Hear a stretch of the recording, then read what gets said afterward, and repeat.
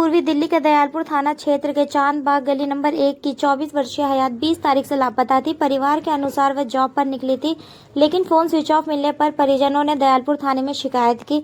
परिजनों ने बताया कि हयात की शादी फैजल चौधरी से हुई थी, जो पहले से शादीशुदा था। शादी के बाद दोनों में लगातार झगड़े होते थे और हयात के मायके आकर फैजल के घरवालों ने मारपीट भी की। परिवार का आरोप है कि फैजल और उसके घरवालों ने ही हयात को मरवाया है और पुलिस के समय रहते कार्रवाई नहीं की, जिससे हयात की जान नहीं बच सकी। करीब एक हफ्ते बाद 26 तारीख को पुलिस ने परिवार को सूचना दी कि हयात की लाश मेरठ के पास जंगल में मिली है। जी, आपका नाम है? मेरा नाम शुमाइला है। आप आयत की सिस्टर? मैं आयत की बड़ी सिस्टर हूँ। जी, बताएं कि क्या कहना चाहती मैं ये कहना चाहती हूँ, जो भी हमारी बहन के साथ हुआ उसने करा है, वो खुलेआम घूम क्या रहा नाम है। है उसका? फैसल चौधरी नाम है उसका। वो खुद आके जमा हो गया है ताकि वो बच सके। उसके बाप ने पैसा भर दिया आलम चौधरी ने, जिसने सुपारी ली थी। उस लड़के का ये भी कहना है कि आलम चौधरी भी उसी के साथ था। वो ये कह रहा है कि आलम चौधरी ने मुझे बुलाया, गाड़ी में बिठाया और ये कहा कि इस काम को अंजाम दे, मैं पैसे दूंगा। अगर मेरा बेटा पैसे नहीं देगा तो मैं पैसे दूंगा। मेरी इतनी ही दरखास्त है, आखिरी बार हम अपनी बहन को भी नहीं देख सकते। उसने हमारी बहन को 6 दिन पहले ही मार दी गोली। हमें ये पता चल रहा है और उसकी बॉडी में इतनी बदबू आ रही है। हम फैसल ने अगर शादी की थी आयत से, तो इतनी क्या उसको नफरत हो गई उससे कि उसने उसको जान से ही मार दिया? आयत से नफरत वाली बात नहीं है। फैसल की जब शादी हुई थी तो फैसल ने ये बताया था वो अनमैरिड है, लेकिन वो मैरिड था। जब मेरी बहन को पता चला तो उसने ये कहा, या तो तू अपनी बीवी को छोड़ दे या तो तू मुझे छोड़ दे। तो वो अपनी बीवी को भी नहीं छोड़ने के लिए तैयार था, मेरी बहन को भी नहीं छोड़ने के लिए तैयार था। आयत को जब पता लगा, जब उसकी बीवी और उसकी माँ आके हमारे घर चढ़ी और उन्होंने हाथापाई करी और वो बहुत सारे लड़कों को लेके हमारे घर चढ़ी और आदमियों को लेके, हमें जब पता चला और मारने की धमकी दी कि अगर तुम्हारी बेटी ने ऐसा नहीं करा तो हम तुम्हारी बेटी को जान से मार देंगे। और फैसल चौधरी ने भी और आलम चौधरी ने भी ये बात बोल दी थी हमारी बहन से।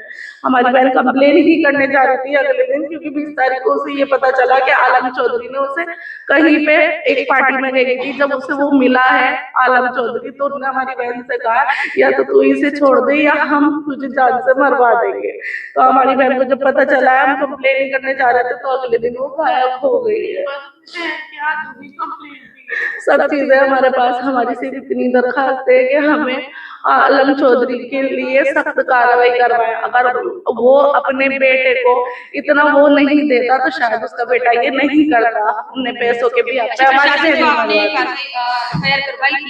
मिसिंग जो कराई थी आया थी, उसके बाद दिल्ली पुलिस का यानी एयरपोर्ट पुलिस का क्या कहना है? कुछ भी नहीं कहना था। जब भी कॉल करते थे तो ये कहते थे तुम्हें कुछ पता चला, तुम्हें कुछ पता चला, ये कहते थे। वो कभी भी ये नहीं कहते थे कि हमें कुछ पता चला। हमें तो ये भी पता चला कि उन्होंने आलम चौधरी से पैसा खाया है, तभी वो नहीं बता पा रहे थे कि उन्हें क्या पता चला है क्या नहीं। जब भी वो हमें कहते थे, ये कहते थे आपको कुछ पता चला, आपको कुछ पता चला। हमें क्यों नहीं बताया? हमें क्यों नहीं बताया गया कि हमने इतनी इन्वेस्टिगेशन कर दी है? ये क्यों नहीं बताया गया? अगर पुलिस हमारे साथ थी तो उन्होंने हमें बताया नहीं। तो इसका मतलब आपका सीधी तौर पे कहना है कि दयालपुर थाने पुलिस की तरफ से कोई भी कार्रवाई सही तरीके से नहीं हुई। अगर सही तरीके से कार्रवाई हुई है, जो हमें बॉडी 6-7 दिन बाद मिली है, हमें पहले नहीं मिल सकती थी। कम से कम हम अपनी बहन को आखिरी बार देख तो लेते। अब उसकी कंडीशन ऐसी है, हम उसकी शक्ल भी नहीं देख पा रहे। कहाँ मिली है बॉडी? बागपत के पास बता रहे हैं, मुझे सही से तो पता नहीं है। मेरठ बागपत के पास बता रहे हैं कि उसने जंगल में फेंक दिया हमारी बहन को मार के। ये देखिए आप, इतनी उसकी हिम्मत हो गई है, वो मार के और सरेंडर हो गया है। तो एक बात बताओ, दिल्ली की लड़कियां कहाँ सेफ है?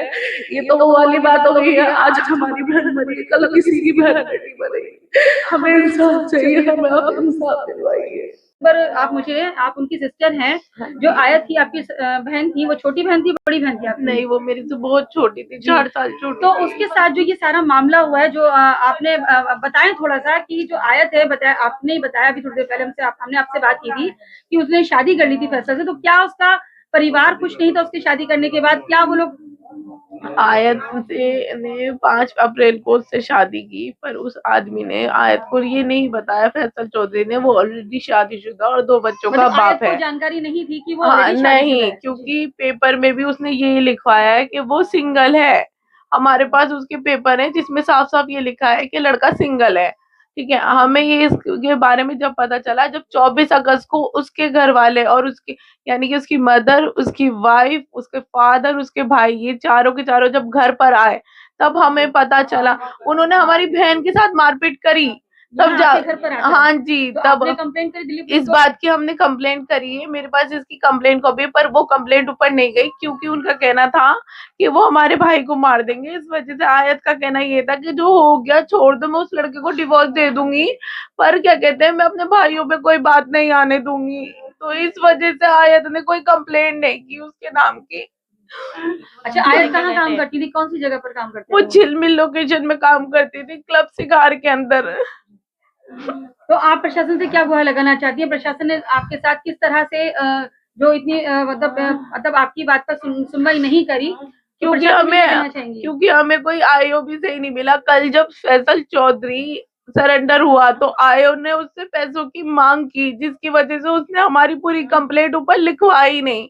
उसने झूठ बोला लड़के ने कि उसे कोई मेडिकल इश्यू है, जबकि फैसल क्या काम करते हैं? फैसल का अंडरगारमेंट्स का काम है, उसके फादर का। जहाँ हमारी बहन की लोकेशन खत्म हो रही है 3:11 पे, कहाँ उसका कहाँ रहता है फैसल? खजूरी खास में, जहाँ खजूरी खास में, जहाँ हमारी बहन की लोकेशन खत्म आ रही है लास्ट टाइम की, उससे 1 किलोमीटर की दूरी पे उसकी फादर की फैक्ट्री है, जहाँ पे उसने हमारी बहन को मारा है। आलिशान फैक्ट्री के नाम से उसकी घर की फैक्ट्री 1 किलोमीटर की दूरी पर, उन्हें वहीं हमारी बहन को मारा है। और उससे पहले उन्होंने एक सुपारी दी थी आलम चौधरी ने और फैसल चौधरी ने, जो कि रिकॉर्डिंग हमने पुलिस वालों को दी है। ठीक है, उसमें उसने साफ साफ बोला है कि आप लड़की को मार दो तो मैं आपको 2 लाख रुपए सुबह भेज दूंगा और 2-3 दिन बाद 3 लाख रुपए भेज दूंगा। क्यों करना चाहते थे आयत के साथ? क्योंकि उसे उसकी मदर ने ये वाली बात बोली थी कि वो उसके साथ नहीं रह सकता। क्यों? क्योंकि उसकी जो पहली बीवी है उसका बैकग्राउंड बहुत अच्छा है, वो ऑलरेडी इसे मार के जा चुके हैं।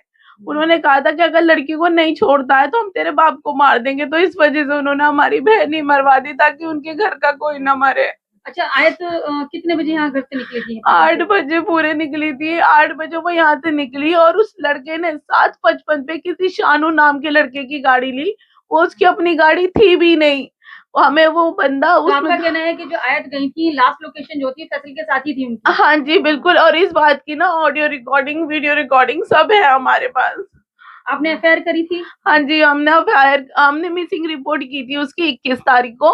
उसके बाद उन लोगों ने कोई एक्शन नहीं लिया। उन लोगों ने हमें 25 तारीख को एफआईआर के लिए बुलाया, वो भी हमारे ये कहने पर कि वो कुछ नहीं कर रहे। तब जाकर उन्होंने, जब हमारी तरफ से उनके लिए न्यूज डल गई, तब जाके उन्होंने हमें एफआईआर के लिए बुलाया। और 26 तारीख को फैसल चौधरी खुद सरेंडर हो गया। उन्होंने कुछ भी ऐसा नहीं करा जिससे हम ये कह सके कि इस केस का खुलासा उन्होंने करा। शायद अगर वो जल्दी करते तो हमारी बहन आज जिंदा होती। इंसाफ चाहिए। नाम बता देंगे? आंटी जी बताइए कि जो आयत के साथ हुआ है, क्या जानकारी है आपको? जो आयत के साथ हुआ किसी की बेटी के साथ भी नहीं हुआ है। इसके लिए तुम लोगों को करना चाहिए कि जो ऐसे लोग करे तो उनको फांसी लगा दे, अदालत फांसी लगा दे, उन्हें छोड़े नहीं ताकि दूसरी बेटी बर्बाद ना हो।